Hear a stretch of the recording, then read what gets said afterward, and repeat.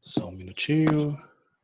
De bastante tempo no movimento espírita, e ele trabalha principalmente a partir do Inner Enlightenment Spiritist Group lá em Manhattan, New York. Marcelo, seja muito bem-vindo.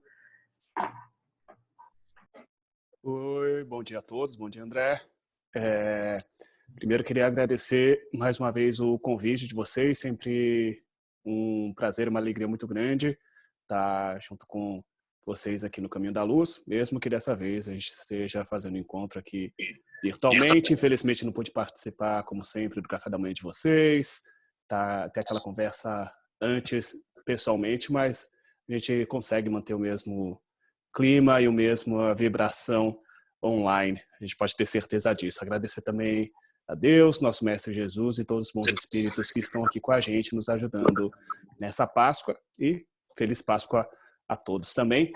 E hoje eu resolvi falar um pouquinho, quando o tema proposto, né, sobre a Páscoa, eu resolvi falar um pouquinho sobre esse tema Jesus, Páscoa e Perdão, para a gente ver nos ensinamentos que Jesus trouxe para a gente, o que a gente pode, como ele usou, assim, foram vários ensinamentos que ele usou nos últimos momentos dele aqui na Terra, mas eu quis pegar especificamente esse do perdão, para a gente mostrar como ele trouxe até o último minuto, como a gente exemplos de como a gente deve perdoar o próximo, perdoar nossos amigos, nossos inimigos e perdoarmos a nós mesmos também. Então, para fazer esse exemplo, fazer essa comparação, eu trouxe aqui o que eu vou fazer ao longo de toda a conversa.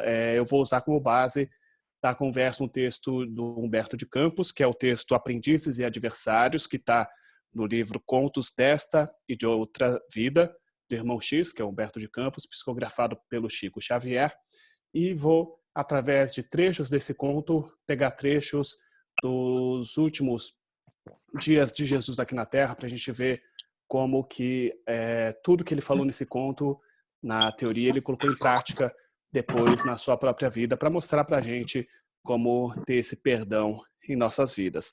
Então, assim, o conto é uma história que conta assim, Jonathan, Gessé e Eliakim, que são funcionários do Templo de Jerusalém.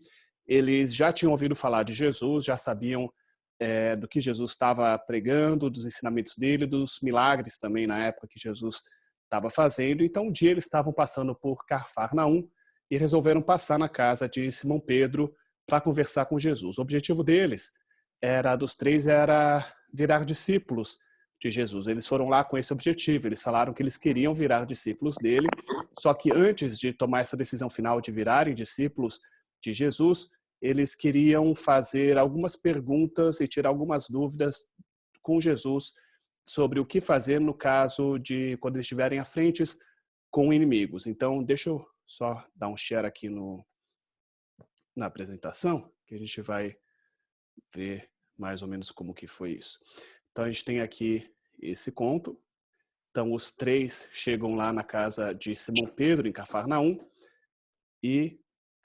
Só um minuto. Aí eles falam o seguinte: Messias, somos hostilizados por terríveis desafetos no santuário e extasiados com os teus ensinamentos. Estimaríamos acolher-te a orientação. Então, assim, eles falam para Jesus que ele tem diversos desafetos, diversos inimigos e querem saber como lidar com eles. Então, assim, o último passo que falta para eles realmente servirem Jesus e virarem discípulos, na opinião deles, é que Jesus oriente como fazer com esses inimigos. E aí Jesus explica o seguinte: primeiramente, é justo considerar nossos adversários como instrutores. O inimigo vê junto de nós a sombra que o amigo não deseja ver e pode ajudar-nos a fazer mais luz no caminho que nos é próprio. Cabe-nos, desse modo, tolerar-lhes as admoestações com nobreza e serenidade, tal qual o ferro que, após sofrer paciente o calor da forja, ainda suporta os golpes do malho com dignidade humilde, a fim de se adaptar à utilidade e à beleza.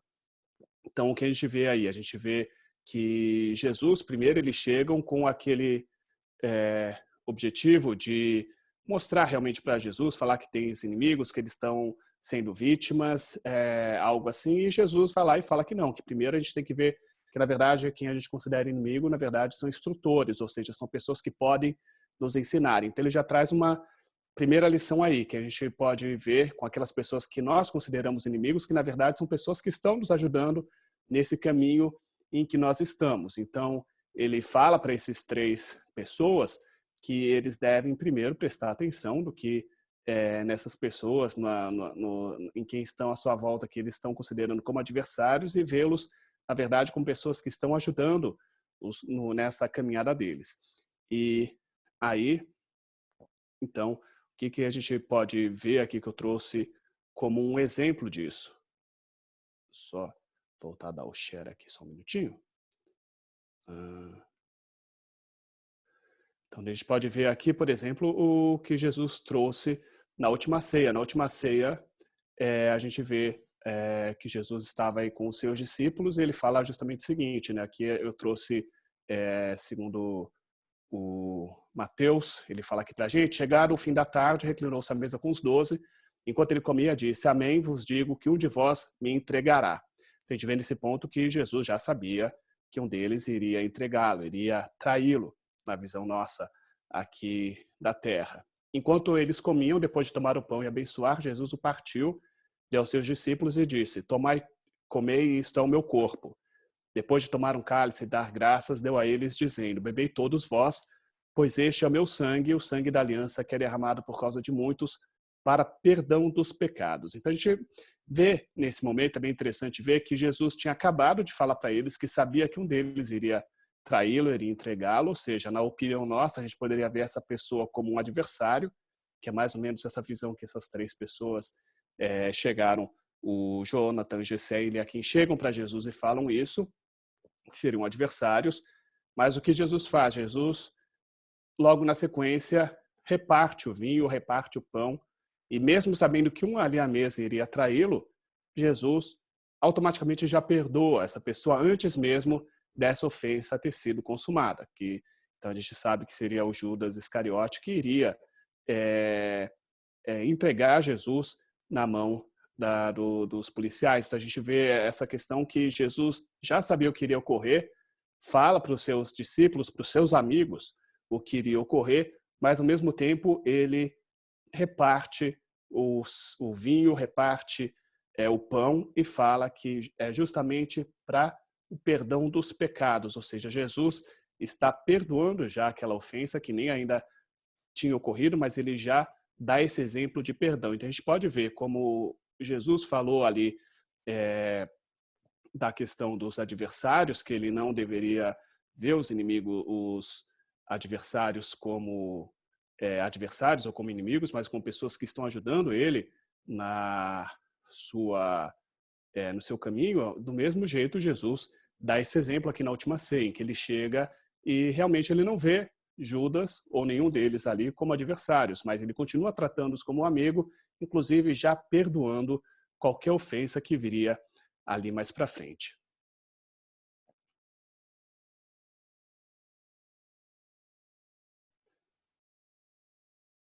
Então agora o próximo que nós temos aqui, então o Jonathan chega para Jesus e fala o seguinte: Senhor, e se formos injuriados? Que é uma conversa longa que eles têm com Jesus. Então ele pergunta: e se formos injuriados? Aí Jesus fala: e adotemos o perdão e o silêncio. Muita gente que insulta é vítima de perturbação e enfermidade. Então ele já fala novamente aí que a mesma questão, se a gente está sendo injuriado, se alguém está tratando a gente mal, ele já fala que a pessoa que insulta a gente, que xinga, que trata a gente com nomes baixos, de baixo calão, a pessoa em si que é uma vítima de perturbação e enfermidade. Então ele faz esse jogo. Em vez da gente ser tratado como vítima quando a gente está sendo insultado, vamos ver a pessoa que está insultando como vítima. E aí eu trouxe aqui, então, essa passagem de Lucas, que fala de Jesus no Sinédrio, que a gente vê justamente isso, o momento em que Jesus está sendo insultado. Lucas fala o seguinte: os varões que o dentiam, açoitando-o, zombavam dele. Após vendá-lo, interrogavam-no, dizendo: profetiza, quem é que te bateu? E lhe diziam muitas outras coisas, blasfemando. Disseram todos: tu és o Filho de Deus? Ele disse para eles: vós dizeis que eu sou. Então a gente vê aí essa questão, como Jesus falou, se formos injuriados, adotemos o perdão e o silêncio. A gente pode ver aí que Jesus, ele coloca em prática aquele ensinamento. Se alguém bater em uma face, deu a outra face para a pessoa, porque ele não responde à ofensa com uma outra ofensa. Ele apenas responde isso, fala: vós dizeis que eu sou o Filho de Deus, mas ele não entra em argumentos, ele mantém o silêncio, ele mantém a serenidade. Então a gente pode ver que aí realmente o Jesus está colocando um daqueles ensinamentos que ele falou para os 3 homens manterem na própria vida, na própria situação que está ocorrendo na vida dele. Ele mantém o silêncio, mantém a serenidade e não rebate aquelas acusações, aquelas injúrias de que ele está sendo alvo. E a gente vê também aí mais para frente também em Lucas, capítulo 23, versículos de 8 a 9, que ele fala o seguinte: Herodes, ao ver Jesus, alegrou-se muito, pois há bastante tempo queria vê-lo por ouvir a seu respeito. Ele o interrogou com bastantes palavras, mas ele, Jesus, nada lhe respondeu. A gente pode ver aí, ele ainda usa essa questão que Pilatos e Herodes aí no caso, usou muitas palavras, bastantes palavras para interrogar Jesus. E se a gente for ver, no nosso ponto de vista aqui na Terra, esse momento é o momento em que a pessoa teria para se defender. Se a gente for pensar num tribunal, se nós formos aí formos num júri e estivermos sendo acusado, caluniado de alguma coisa, o mais correto que a gente pensa, para a nossa visão, é a gente chegar e se defender, começar a usar argumentos, a usar palavras, mesmo que a gente não for maltratar a pessoa, mas pelo menos tentar argumentar o porquê que a gente é inocente. Jesus não.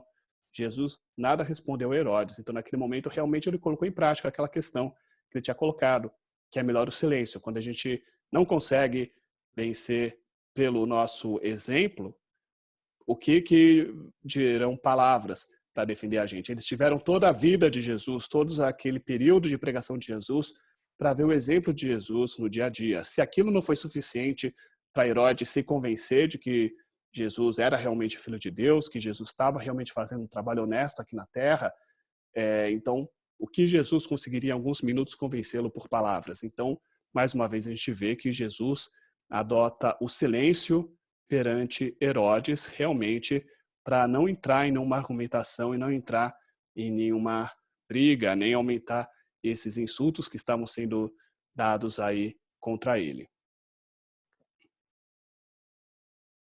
Agora vamos para o próximo aqui. Eles ainda perguntam, aí Jessé pergunta então para Jesus: e se formos perseguidos?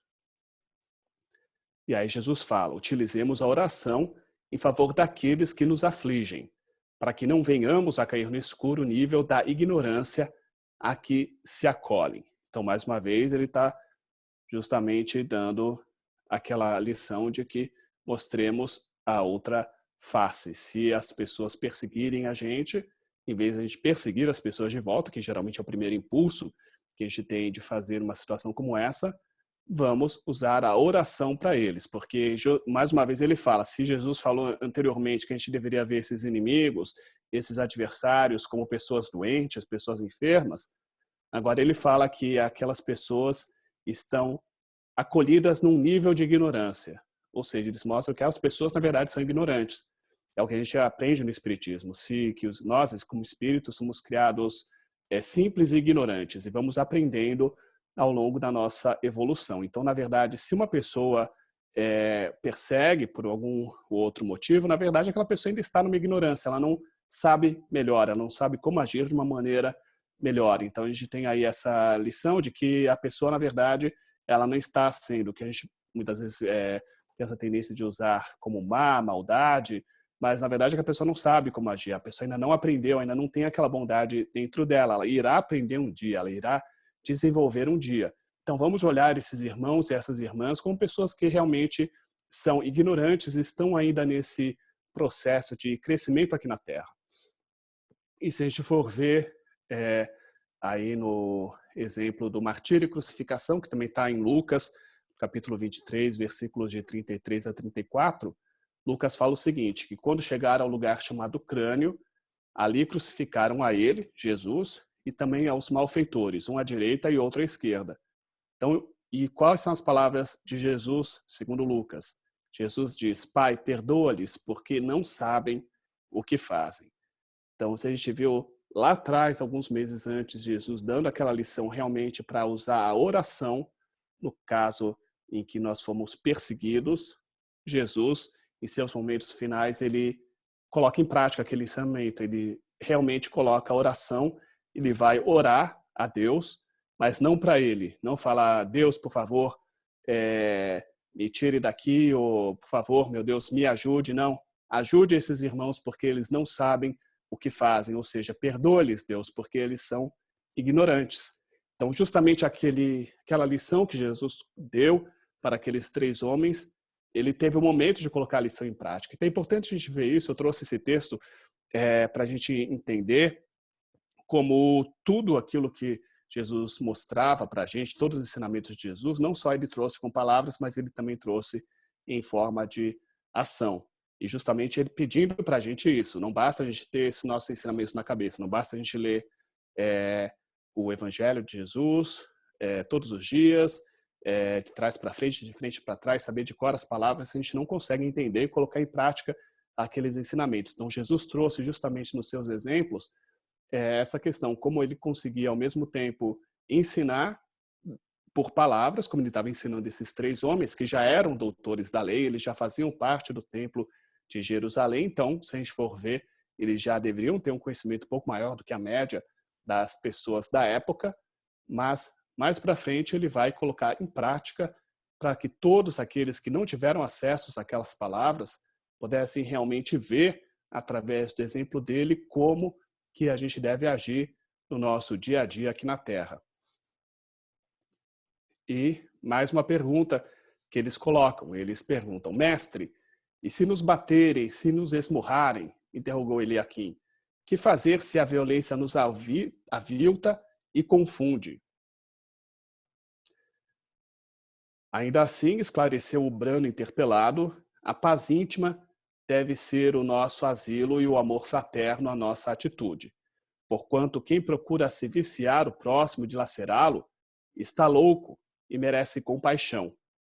Nesse ponto é interessante que a gente vê a maneira como Jesus fala que, ao mesmo tempo em que o Eliaquim, o Jessé e o Jonathan, eles estão ali angustiados atrás de respostas e não param de interrogar Jesus mantém a sua paciência, mantém a sua serenidade. Nas palavras aqui do Berto de Campos, esclareceu o brando interpelado, ou seja, ele manteve essa serenidade dele o tempo inteiro, não se alterou perante aqueles 3 homens que estavam interrogando. E ele volta a falar, então, para a gente manter a paz íntima, o amor fraterno, e mais uma vez ele fala que a pessoa que está batendo, até no caso agora ele usa violência física, né? Que a pergunta deles é, ok, a gente estava falando de pessoas que xingam a gente, de pessoas que perseguem a gente, e se chegar a esse ponto de violência física, e Jesus mais uma vez fala que a pessoa que pratica violência física está louca e merece essa compaixão. Então, em vez de rebater a violência com violência, vamos ter compaixão para aqueles amigos nossos de caminhada. E a gente pode ver aqui exemplos que aconteceram aqui. Eu trouxe esse daqui, a prisão de Jesus, que está no Evangelho de Mateus, capítulo 26, versículos 51 a 53. Nesse momento, Mateus fala o seguinte, eis que um dos que estavam com Jesus, estendendo a mão, puxou sua espada e, ferindo o servo do sumo sacerdote, tirou-lhe a orelha. Então Jesus lhe disse, retorna a tua espada para o lugar dela, pois todos os que tomam a espada morrem pela espada. Ou pensas que não posso chamar meu pai e ele não colocaria ao meu dispor agora mais de 12 legiões de anjos?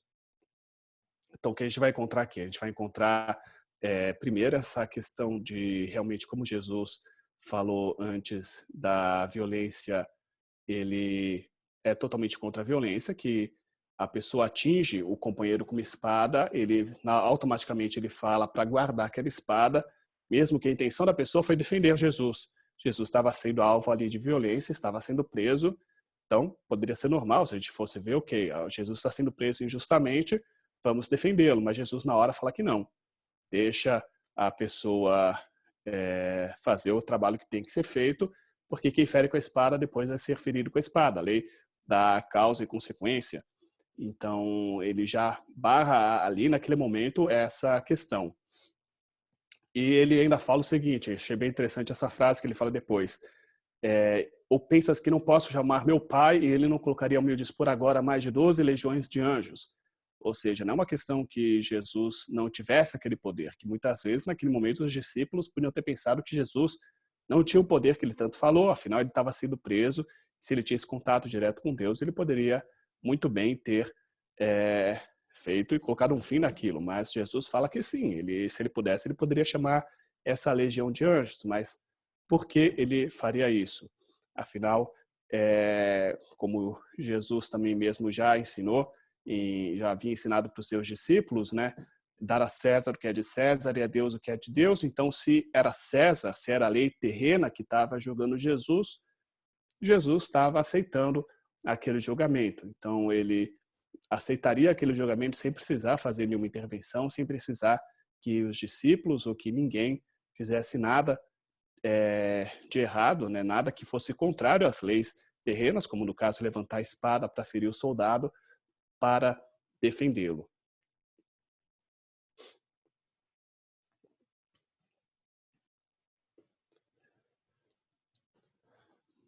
E a gente tem mais um exemplo aqui, em martírio e crucificação, que a gente vê no Evangelho de Mateus, capítulo 27, versículo 28, que Mateus fala, após o despirem, envolveram-no com um manto escarlate, traçando uma coroa de espinhos, puseram-no na sua cabeça um caniço em sua mão direita, ajoelhando-se diante dele, o ridicularizaram, dizendo, salve, rei dos judeus. Cuspindo nele, tomaram o caniço e batiam na cabeça dele. E eu trouxe esse texto do Mateus, primeiro para a gente ver realmente como eles haviam falado, o Jonathan, o Eliakim e o Gessé haviam perguntado para Jesus a respeito de quando a gente fosse vítima de violência. A gente viu aqui claramente, a gente sabe que Jesus foi vítima de violência, toda a violência física que ele sofreu naqueles momentos finais. E interessante que esse trecho do Mateus descreve tudo isso e não coloca uma palavra de Jesus, justamente para reforçar que naquele momento, mais uma vez, ele manteve o silêncio. Ele, por mais que ele tivesse sido vítima de tudo isso, a gente não ouve uma palavra de insulto, uma palavra de pedido de ajuda, ou pedindo para as pessoas pararem de fazer aquilo, ou ele se queixando, a gente não vê nada. A gente vê Jesus aceitando aquele sofrimento, que é mais um exemplo também da lição que a gente vê no Evangelho segundo o Espiritismo, quando os espíritos falem entre sofrer mal e sofrer bem, e falar para a gente que a gente tem que ter esse sofrimento bom, que seria aquele sofrimento quando a gente aceita o sofrimento, sabendo que tem um objetivo naquilo, sabendo que o porquê a gente está sofrendo. No caso, Jesus sabia, muitas vezes a gente, no dia a dia, a gente pode não saber, não entender o motivo do sofrimento, mas tendo fé em Deus e sabendo que tudo que acontece tem um motivo, que Deus está no comando de tudo, a gente sabe que se está tendo algum sofrimento na nossa vida, tem uma razão para aquilo e Deus quer que a gente aprenda alguma coisa. No nosso caso, que a gente aprenda uma lição com aquele sofrimento pelo qual a gente está passando. E no caso de Jesus, a lição é claro que não era Jesus que iria aprender. Afinal, Jesus já é um espírito perfeito. Ele não tinha necessidade de vir aqui na Terra sofrer para aprender. Mas no caso, quem estava aprendendo, quem ainda está aprendendo com todo esse sofrimento de Jesus, somos nós. Então, Jesus sabia disso, sabia que tudo aquilo pelo que ele estava passando teria um objetivo maior, que seria um objetivo de mostrar para nós, aqui nós humanos, e ficaria marcado isso por gerações e gerações, por séculos e milênios, todas essas lições dele. Então ele realmente estava colocando em prática aquilo para ficar mais marcado do que se tivesse colocado apenas por palavras. Então, nesse caso, ele aceitou o sofrimento em silêncio, porque ele sabia do objetivo que teria esse sofrimento dele. E a gente tem aqui mais um trecho do conto do irmão X, que então o Jonathan fala, Senhor, insistiu Jonathan, que resposta oferecer então à maledicência, à calúnia e à perversidade? Então, a gente pode ver aí que por mais que Jesus fosse colocando estivesse mostrando para eles como eles deveriam agir, eles não se satisfaziam, eles colocavam mais perguntas e mais perguntas e mais perguntas. Ele insistiu mais uma vez. Que resposta oferecer, então, à maledicência, à calúnia e à perversidade? E aí o Cristo sorriu e precisou. Digo o infortúnio de descer à condição do verme que se alimenta do lixo do mundo. O caluniador traz no coração largas doses de fel e veneno que lhe flagelam a vida. E o perverso tem a infelicidade de cair nas armadilhas que tece para os outros. O perdão é a única resposta que merecem, porque são bastante desditosos por si mesmos.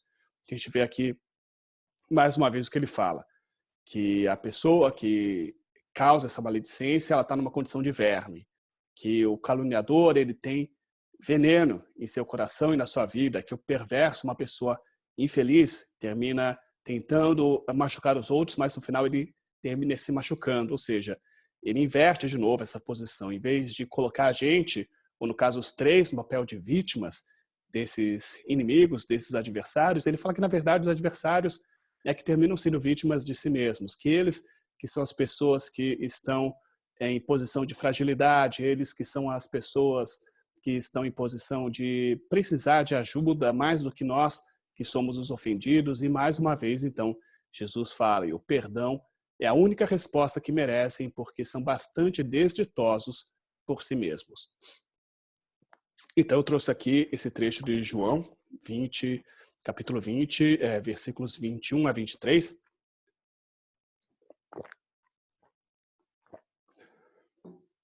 E esse já é o momento pós, depois, né, que Jesus já foi crucificado, já apareceu para Maria Madalena, e Jesus aparece então para os discípulos.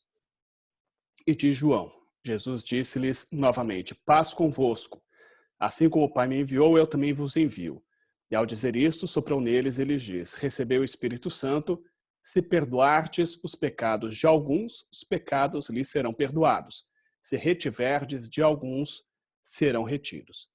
Então, o motivo que eu trouxe esse trecho aqui, para a gente comparar com o que o Jesus falou para o Gessé e para o Jonathan e para o Eliakim, é que se a gente se colocar no lugar de Jesus e pensar, tá bom, Jesus foi ali no trecho final da vida dele, ele foi traído, ele foi abandonado por praticamente todos os discípulos, a gente sabe que apenas João ficou junto com ele até o final, foi João, Maria e Maria Madalena que ficaram com Jesus ali até o final, os outros discípulos o abandonaram, Pedro negou Jesus 3 vezes, Jesus chegou a alertar Pedro que ele iria negá-lo, Pedro disse que não, e no final ele negou 3 vezes, então a gente vê que apenas João, dos discípulos, ficou realmente ali ao lado de Jesus.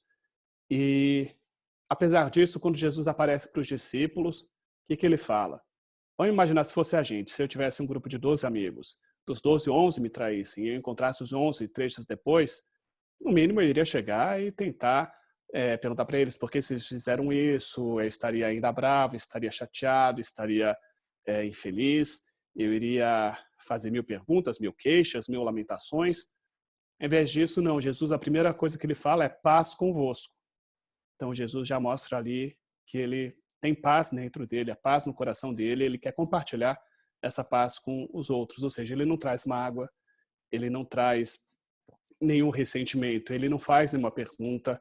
Pedro, por que você me negou? Ele podia chegar, Pedro, eu falei que você ia me negar, você falou que não, você me negou, e agora? O que você tem para falar com relação a isso?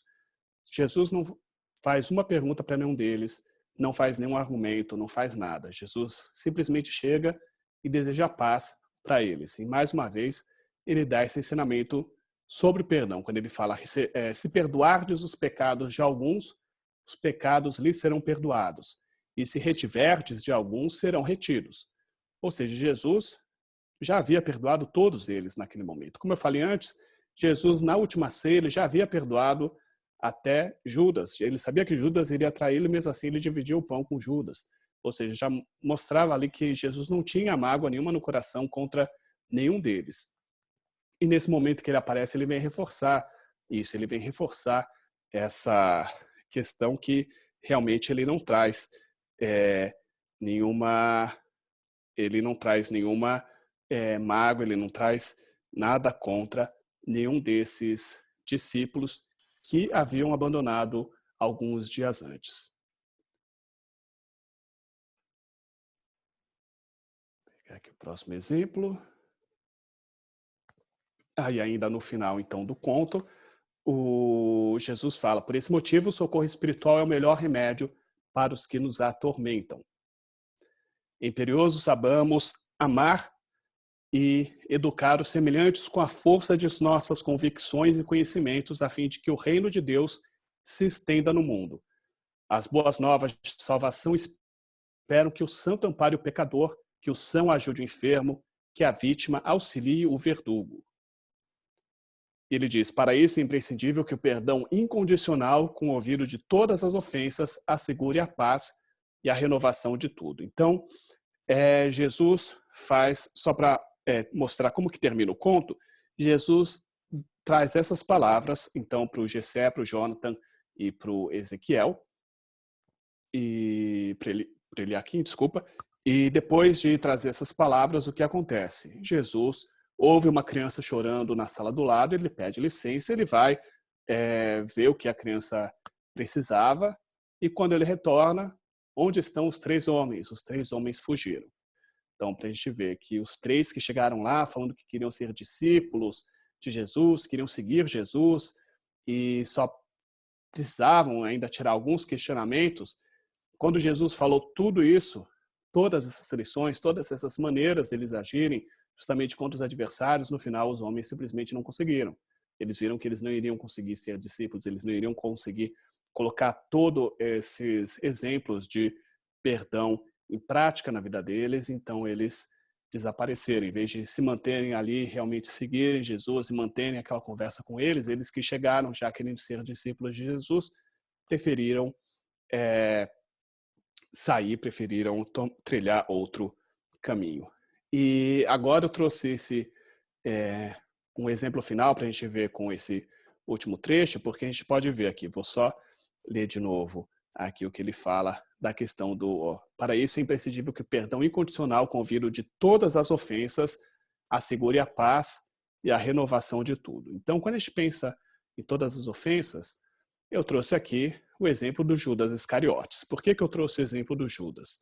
Só antes da gente ver isso daqui, só falar um pouquinho do Judas. Que o Judas é um exemplo que, para mim, ele é um exemplo clássico que a gente tem até hoje, porque o que acontece principalmente nessa época de Páscoa, da Semana Santa, e é algo que, pelo menos lá no Brasil, eu não sei se ainda fazem, mas na época que morava lá eles faziam bastante, que é a malhação do Judas no sábado, né? Então é aquela questão que as pessoas fazem bonecos de Judas, colocam Judas pendurado em diversos lugares pela cidade, vão malhar o Judas, e é algo que a gente tem na nossa cultura cristã. Judas Iscariotes terminou virando um sinônimo de traidor. Então, se a gente for pensar, Jesus, em todos os seus ensinamentos, ele fala o quê? Ele fala sobre perdão. Ele deu o exemplo dele de perdão, como a gente viu aí, em todos os momentos. Ele, na cruz, ele fala: perdoai, porque eles não sabem o que eles fazem. E nós, como cristãos, vamos lá e malhamos Judas. Ou a gente usa Judas como um exemplo de traidor. Ah, aquela pessoa é um Judas. Ou usar realmente como esse sinônimo de alguém que está traindo. Então, é como se a gente não tivesse colocado em prática aquele ensinamento de Jesus. Nós, quando eu digo nós como cristãos ou como sociedade, a gente até hoje traz muito forte essa questão de Judas como um traidor de Jesus, o Judas como tendo sido responsável pela crucificação de Jesus, e muitas vezes a impressão que dá é que a gente não perdoou o Judas. Até hoje, mais de quase 2000 anos que Jesus foi crucificado, a gente continua malhando, criticando e zombando do Judas no nosso dia a dia.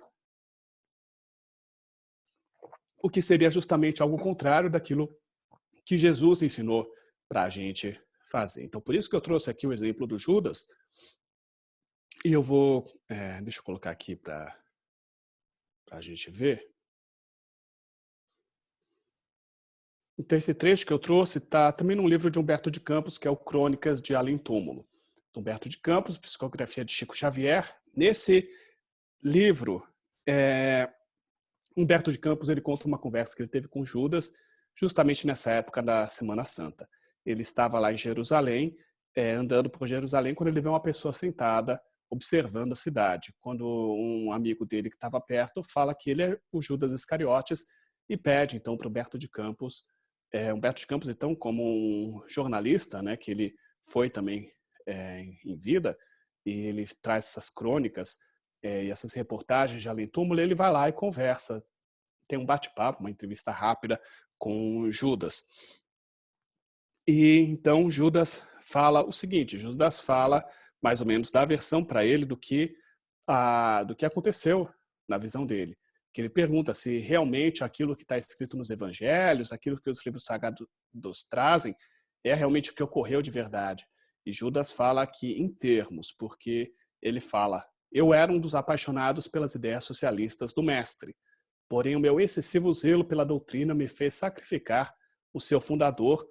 Acima dos corações eu vi a política, única arma com a qual poderia triunfar, e Jesus não obteria nenhuma vitória. Então, o que Judas fala é o seguinte, que ele achava, na opinião dele, ele fez com uma boa intenção o que ele fez. Ele entregou Jesus, na verdade, porque ele pensou que Jesus seria preso e com aquilo chamaria a atenção do lado político para as ideias dele e com isso as ideias de Jesus ganhariam força. Então, não que ele quisesse tirar Jesus de cena, não que ele quisesse que Jesus fosse crucificado, nada daquilo era esperado por ele. Ele só queria realmente que tivesse esse lado político da questão, que era um lado que Jesus não tinha. Jesus deixou bem claro, dá a César o que é de César e a Deus o que é de Deus. Ele não estava aqui para mudar a política da terra, ele estava aqui ele veio para trazer os ensinamentos de Deus para cá, para trazer esse reino que até então as pessoas ainda confundiam como se fosse um reino físico, mas na verdade era o reino espiritual, o reino de Deus. E Judas era como a gente pode ver, ele confundiu também, ele achava que tinha que ter esse lado político. Ele fala o seguinte: entregando, pois, o mestre a Caifás, não julguei que as coisas atingissem um fim tão lamentável, e ralado de remorsos, presumi que o suicídio era a única maneira de me redimir aos seus olhos. Então a gente vê aí justamente que Judas não esperava que fosse ter esse fim que teve, que as coisas fossem terminar da maneira que elas terminaram. E tem mais só um trecho aqui, deixa eu só colocar mais um trecho aqui para a gente ver.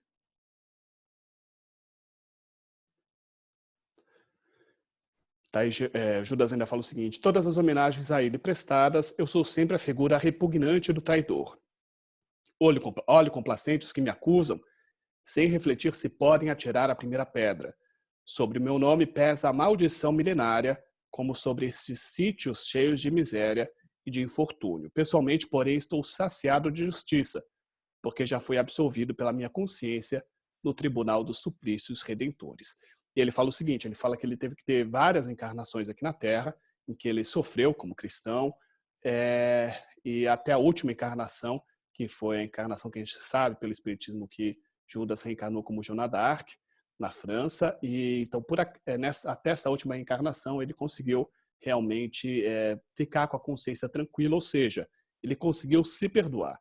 A gente pode ver aí que Judas, hoje, ele já se perdoou pelo que ele fez com Jesus. Mas muitas vezes a gente, como sociedade, não. Tanto é que nesse trecho do conto ele fala, né? Ele vê essa homenagem sempre ele como uma figura do traidor e pensa, né, se as pessoas poderiam tirar a primeira pedra, ou seja, como se tantas pessoas que hoje chamam Judas de traidor nunca tivessem traído ninguém ou nunca estivessem traindo ninguém no dia a dia. Então, a gente vê aí essa questão que, como a gente falou do perdão, que Judas se perdoou, porque isso também é importante. A gente vê a perdão ao próximo e perdão a nós mesmos. E a gente vê aí no caso que Judas teve esse perdão para si mesmo. E a gente pode se perguntar, tá bom, Judas se perdoou, e o que a gente sabe de Jesus? Como que fica Jesus nessa história? Aí eu trouxe, então, esse trecho que está aqui no Evangelho de João, capítulo 20, nos versículos 15 a 17, que é justamente quando Maria Madalena vai até o túmulo de Jesus no domingo de Páscoa, e ela está chorando. Aí Jesus chega e lhe diz: mulher, por que choras? A quem buscas? Ela, supondo ser o jardineiro, lhe diz: Senhor, se tu o carregaste, dizei-me onde o colocaste, eu levarei. E Jesus lhe diz: não me toques, pois ainda não subi ao Pai. Então, nesse trecho, a gente vê que é o momento em que Maria Madalena se encontra com Jesus. Então, ela vê que Jesus ainda vive. E eu trouxe esse trecho porque tem essa questão aí do não me toques, pois ainda não subi ao Pai.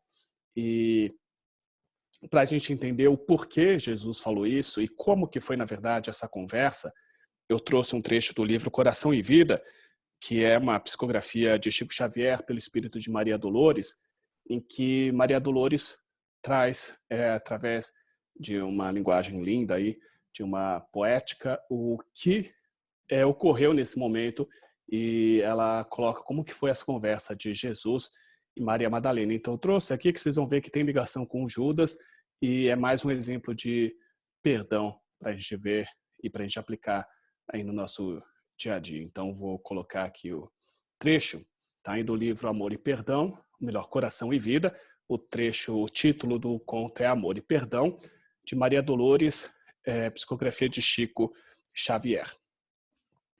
Então, a Madalena fora do túmulo querido, entre pedras de extremo desconforto, levava flores para o mestre morto e tinha o peito magoado e enternecido. O sol reaparecia resplendente, a névoa da manhã fundia-se no ar. Na dourada invasão das flamas do nascente, Maria estava ali unicamente a fim de estar a sós, recolher-se e chorar. A desfazer-se em pranto, ela arguia: por que, Senhor? Tanta saudade, tanta dor? Toda a felicidade que eu sentia jaz aqui sepultada. Transformou-se minha vida em sombra e nada, no ermo deste pouso derradeiro. Nisso ela viu alguém. Seria um jardineiro? Um zelador daquele campo santo? Mas, tomada de espanto, viu-se à frente do mestre Nazareno, o excelso benfeitor ressuscitado, a envolver-lhe de paz o coração cansado. Ela gritou: Senhor! Ele disse: Maria. Ela era a expressão da perfeita alegria, ele, o perfeito amor. Madalena ajoelhou-se e quis beijar-lhe os pés. Maria, por quem és? Explicou-se. Não me toques, porquanto não te esperava neste recanto, e ainda não fui ao Pai revestir-me de luz. Maria, surpreendida, indagou em seguida: Senhor, onde estiveste? Em que jardim celeste encontrastes o descanso necessário que vem de Deus nos dons da paz completa? Perdoa-me, Senhor, a pergunta indiscreta. Dói-me, porém, pensar na angústia do Calvário. Revolto-me, padeço, mas não venço a mágoa de lembrar-te o sacrifício imenso. Mas Jesus respondeu: Não, Maria, ainda não fui ao alto, nem me levei sequer um palmo à luz do firmamento. Quem ama não consegue achar o céu de um salto. Ao invés de subir aos altos resplendores, desci, mas desci muito aos reinos inferiores. Despertando no túmulo, escutei os gritos da aflição de alguém que muito amei e que muito amo ainda. Embora visse além a luz sempre mais linda, sentia nesse alguém um amado companheiro, em crises de tristeza e de loucura. Fui à sombra abismal para a grande procura, e ao reencontrá-lo, amargurado e louco, a ponto de não mais me reconhecer, demorei-me a afagá-lo e pouco a pouco consegui que ele, enfim, pudesse adormecer. Senhor, interrogou Madalena, quem é o amigo que te fez descer antes de procurar a luz do Pai? Mas Jesus replicou em voz clara e serena: Maria, um amigo não esquece a dor do outro amigo que cai. Antes mesmo de altear a celeste alegria ao sol do mesmo amor, a Deus, em que te enlevas, vali-me após a cruz das grandes horas mudas descer para as trevas a fim de aliviar a imensa dor de Judas. Então, nesse trecho a gente vê, aí a gente tem a resposta para aquilo que o Evangelho de João traz, né? Aquela conversa de Madalena com Jesus, em que por que dele não ter subido aos céus, a gente vê nesse conto trazido aí psicografado por Chico Xavier, que realmente Jesus, a primeira coisa que ele faz é descer aos vales, às zonas inferiores, os vales dos suicidas, resgatar Judas, porque Judas, ao saber que Jesus tinha sido crucificado, ele se suicida. E a gente pensa, então, aí, a gente vê esse exemplo, então, de Jesus, mais uma vez, trazendo como exemplo esse perdão. Ele vê o amigo sofrendo, ele sente o amigo sofrendo, ele ouve os gritos e o choro de Judas lá embaixo. Em vez dele, depois de cumprir a missão dele aqui na Terra, ele poderia muito bem ter escolhido subir ao céu, subir novamente ao lado de Deus, nas ondas, nas zonas superiores de luz, mas não, ele não consegue fazer isso. Como ele diz, quem tem amor não consegue subir dessa maneira, porque ele ama Judas e ele, então, escolhe esperar um pouquinho mais, desce e acolhe Judas até que Judas possa ir dormir em paz. A gente vê que ele não resgata Judas, Judas ainda precisa de muitas encarnações realmente para o Judas se perdoar. Então a gente vê que ele não vai ali naquele momento tirar Judas de onde ele está, mas ao menos dar amor para ele, fazer com que ele se acalme, fazer com que ele consiga dormir em paz. Aí depois sim Jesus volta, Jesus sobe e vai retomar esse caminho dele, a missão dele. Então a gente vê aí mais uma vez esse exemplo último aí de Jesus para com Judas. Judas que nos nossos olhos aqui da terra foi o responsável, né, pela crucificação de Jesus, responsável pela morte de Jesus.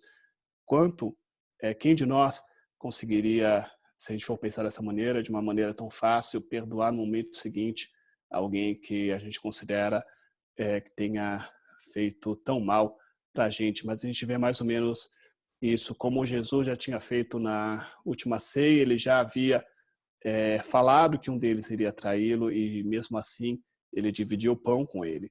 Ele dividiu o pão, dividiu o vinho com Judas, ele perdoou Judas já naquele momento. E mesmo depois de consumado o ato, mesmo depois da traição, da crucificação, Jesus ainda, a primeira pessoa em que ele pensa é justamente em Judas, porque ele coloca em prática tudo aquilo que ele falou. Ele viu que Judas estava mais necessitado do que qualquer um. Ele viu que Judas era uma vítima, que Judas estava nessa loucura, como ele comentou a respeito dos adversários que nos insultam.